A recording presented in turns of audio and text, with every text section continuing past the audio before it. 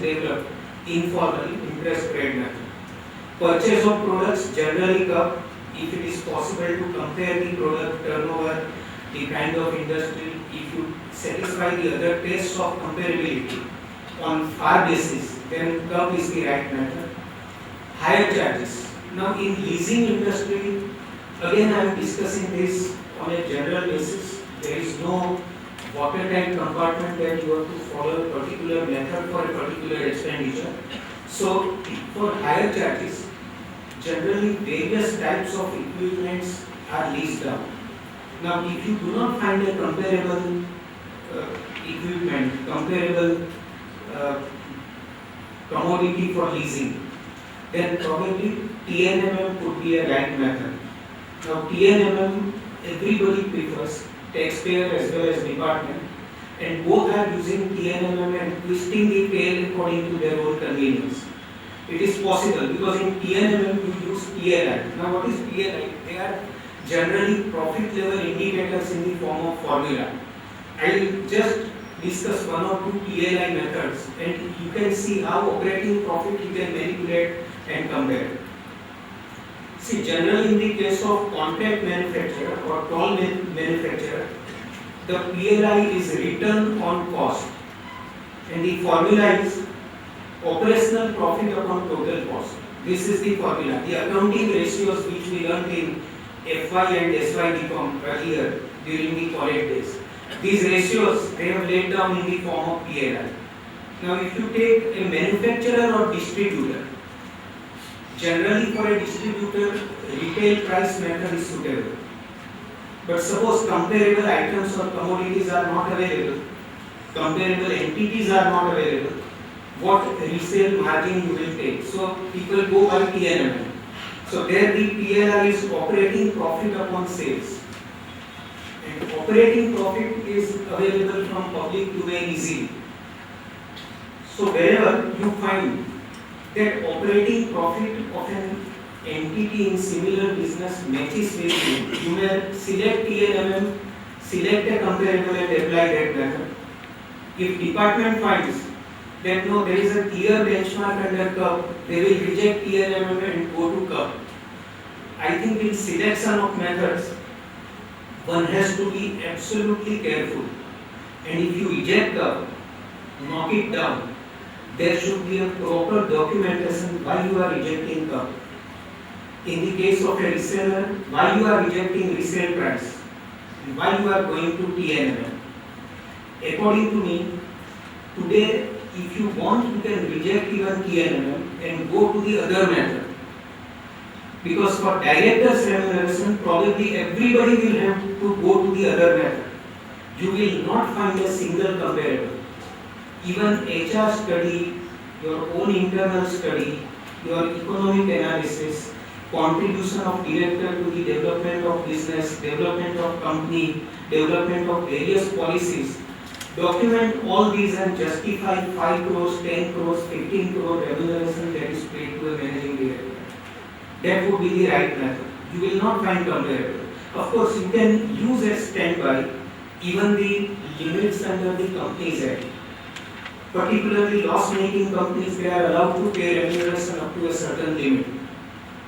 But there are many companies, loss-making companies, whose volume is huge and they will not be able to even pay remuneration as per the Companies Act. They may have paid remuneration which is much higher than what is permissible to a loss-making company. In such cases, such an analysis and report only will help to justify that the remuneration paid to director is reasonable. Then rent charges. Generally rent is comparable, so you can use the IT assistance charges. In information technology, generally TNMM is used because in information technology the products are so varied and different in variety, they are not comparable at all. So curve is not possible. Even if you use cost plus method, in information technology most of the officers have rejected even cost plus method. TNMM, they take general industry operating profit margin and they accept it. Now there are many information technology companies which are into the sale of routine software and rendering of routine services, where the profit margin is too low, whereas in other cases the profit margin is too high. So if you go by TNMM and take the average profit margin, it will become very difficult for those IT companies which are paying at a high rate for software to related parties. So there again, one may evaluate whether the other method suits you, and you have other justifications to offer and reject even TNMM method. Now this other method is quite new for the department to move out of the 5 methods and go to the other method. It will require a different kind of mindset, and probably, as they have learned from us, the domestic firms of chartered accountants will have to make it a habit to use the other method wherever we are able to justify that none of the 5 methods is really suitable. Change their habit and mindset, probably it will be in our hands rather than in the hands of court. Because if we make beginning and going appeal, courts will support us. Otherwise, we will be left within the cobweb of those 5 methods which we are applying. Now, one more issue which was not covered earlier, but which is relevant only for marginal cases. Now, take an example that a company has made payments to related party amounting to 4.5 crores of rupees. But if you take arm's length price, it comes to 5.25 crores. So whether this taxpayer is covered within the ambit of domestic transfer pricing. So here, if you go by the language, it talks of expenditure as per books, not expenditure as per fair market value or arm's length price. So here in this borderline case, it is not covered by domestic TP, even if the arm's length price of all these transactions put together exceed 5 crores. But this is relevant only for borderline cases. Suppose I have made payment of 10 crores, I will not be able to record it in books at 4.5 crores. That much adjustment one cannot do. But in borderline cases, by making little less payment and bringing it below 5 crore, one can fall out of the purview of domestic TP. Now this we have already discussed, but it is in the case of a case study. A has B and C as 2 subsidiaries. D is B's subsidiary and E is C's subsidiary. Transactions between A and D are covered, A and C are covered. But A and D are not covered, A and E are not covered.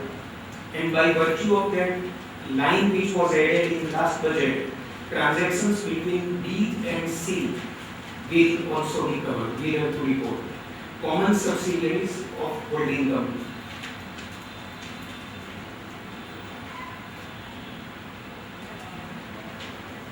Here A Limited and B Limited are related parties. A Limited grants loan to B Limited at 18% per annum. Arm's length interest rate is arrived at after considering the tenure, repayment terms and other terms and conditions, and that is much lower than this 18% rate. So the question is, who is covered? A Limited is not covered because in the hands of A Limited it is income. B Limited is covered, and payment to related party will constitute SPT. B Limited pays interest at a higher rate, so arm's length interest rate will have to be determined, and there will be an adjustment if in the return you have not made adjustment yourself. Now again, this common question which is asked, both the entities are taxed in India. So if you make adjustment in the hands of B Limited, A Limited has already paid tax on 18% if it is a tax paying company. and you are disallowing, say, if 15% is considered as arm's length interest, if you are disallowing 3%, then B Limited will also pay tax on the same amount. So that is the consequence of this provision, but unavoidable, because adjustment in the hands of other entity is not allowable. Then next case study, A and B Limited are related parties. A grants interest-free loan to B Limited. Now question is whether A Limited and B Limited are covered. A Limited is not covered, it is clear because it has given loan. So even if it has received interest, it is income. If it has not received, there is no consequence. For B Limited, if no interest is paid, whether transfer pricing provisions will apply, whether you will compute notional interest, and even for considering 5 crore limit, you will take arm's length interest, the answer should be no. If expenditure is not incurred, there is no question of applying 48(2) or even 92(BA). So it is not covered. Now, one question which is raised time and again, that from assessment year 2016-17, if GAR rules are applicable, whether A Limited will be affected or not. Now, when GAR was for the first time proposed last year, and a number of discussions were held, I think the common view was that GAR does not permit taxability of notional income. The only point out of practical experience and past cases that we can consider is that suppose A Limited had borrowed money and it is interest bearing loan. Out of this loan, if loan is given to B, interest which A Limited will pay on its loan may be disallowed. But if A Limited has lent out of its own money, capital or reserves, then I think even GAR should not cover. Of course, when GAR is introduced finally, this can be another area of discussion. Today, GAR is not there, so it is not applicable.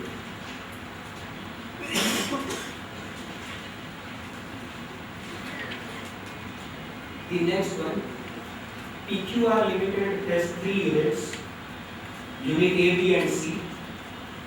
PQR Limited, its board includes independent directors who receive only sitting fees and promoter directors who receive salary, commission and sitting fees.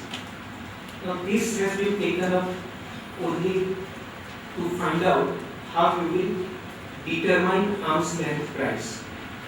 This is already discussed in detail. You can benchmark on the basis of their work and experience, qualification. Then as per the limit of the Companies Act, and there is no streamlined process, so you will have to create the whole set of documents to justify whatever remuneration you pay to directors. Now the new Companies Act permits sitting fee to be payable up to 1 lakh per meeting.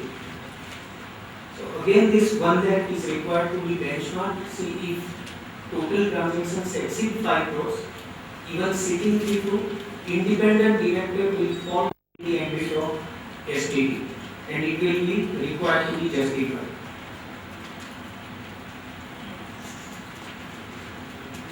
Again this aspect is covered, that domestic transfer pricing is not restricted to transactions between 2 residents. Generally, if there is a transaction between 2 non-residents or 1 resident and 1 non-resident, it would be covered under international transfer pricing. But there could be a borderline case where under the international transfer pricing, 2 parties may not be regarded as associated enterprises. For example, if Indian company holds 22% equity shares of a foreign company, 22%, transactions between Indian and foreign company is not international transaction because they are not associated enterprises. To be associated enterprises, you require 26% holding under section 92, I think mostly C, I don't remember subsection. Yeah. So there you require 26% holding, but here it is 22%. So it is not an international transaction. If it is not international transaction, but it satisfies the test of related party under 48(2), whether it will be covered under domestic transfer pricing, the answer is yes. Because if you look at 92BA, it excludes only international transaction. It does not exclude transactions between a resident and non-resident. It excludes international transaction. If the transaction is not international, you will have to again look at 48(2) criteria and find out whether it falls within related party. And if it falls, then you will have to report it. The next case study. X is a director of a limited which has PE in India, permanent establishment, and was deputed to work. Here there is a mistake in writing the year. From 1st November 2012. X is a non-resident for financial year 12-13. Salary to X up to 1st November was paid outside India, and post November salary above 5 crore was paid in India. P is liable to tax on net basis in India and claims salary paid to X after November 12 as deductible expenditure from its income. So, will it be covered by domestic transfer pricing? The permanent establishment has paid 5 crores of fees, and the PE is claiming this as expenditure because it is taxable on net basis. The income is regarded as business income. So here, if we analyze it systematically, even otherwise it is very apparent it is covered. But see why it is covered. Salary paid to X is not an international transaction first, in terms of section 92B. However, X is a director of A Limited, and hence it will be covered under related party as defined in 48(2). So, number one, it is not international transaction. Number two, it is between related parties so far as P is concerned. P is liable to tax on net basis. So this salary is claimed as an expenditure. Even that condition is satisfied. That amount paid as salary is claimed as an expenditure. And third, salary cost paid to X for services rendered in India does not constitute head office expenditure in terms of section 44C. So it is not covered by 44C. It is not head office expenditure. It is the expenditure of P. So it will be covered under domestic TP, and we will have to benchmark it and justify it.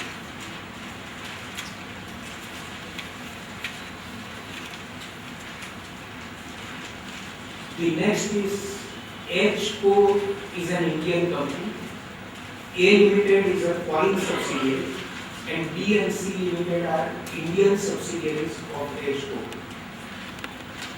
Now, HCO and both the subsidiaries are not entitled to any profit linked tax holiday. So only 48(2) is to be tested between HCO, B Limited and C Limited. HCO owns a valuable brand XYZ, which is self-generated for holding company. The subsidiary companies are engaged in manufacturing and distribution of diverse products and sell their products under the brand name XYZ.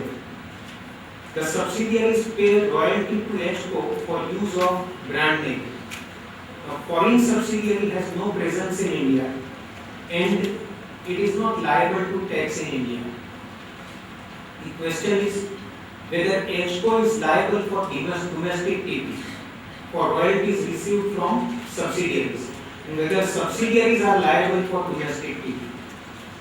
So in this case, For HCO, royalty received from B and C limited not liable for domestic TP because it is income for it and it is not claiming any 80IA or 10AA benefit. But for A limited and B limited, this will be expenditure and it is paid to related party. So they will be covered under domestic TP.